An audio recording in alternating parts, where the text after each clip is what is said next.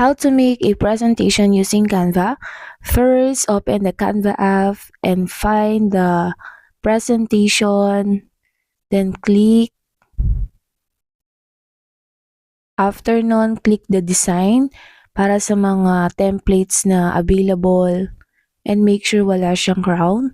So ayan, nakapili tayo ng ating template at i-edit natin yung kanyang information. You can also customize your own design through presentation. So here, ang gagawin natin presentation is about ourselves. First, create the introductions about you, introduce yourself, and introduce your personal information, or like for example, your friends.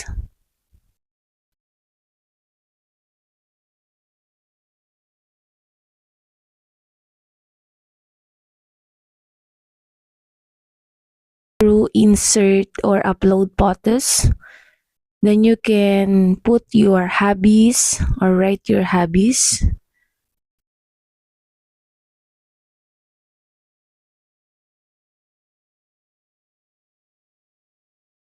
First, like in PowerPoint, here in Canva.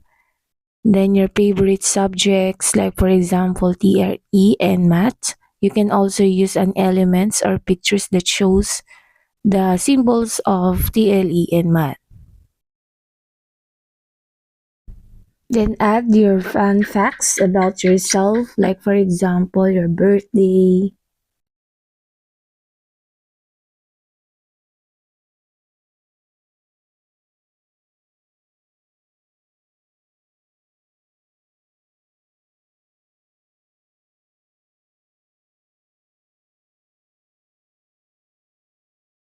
Example, you have a sister or a brother or anything that you want to put here, you can write it.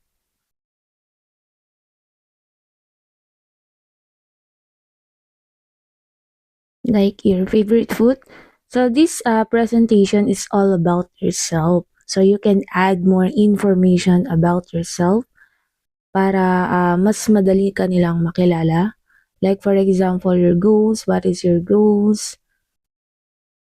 So here in Canva, meron din tayong mga template about different subjects na pwede nating magamit or anything na topic na gusto nating gawa ng presentation. So ayan, tapos na tayo. Ang next step na gagawin natin is apply transitions. Then click the download area. Choose MP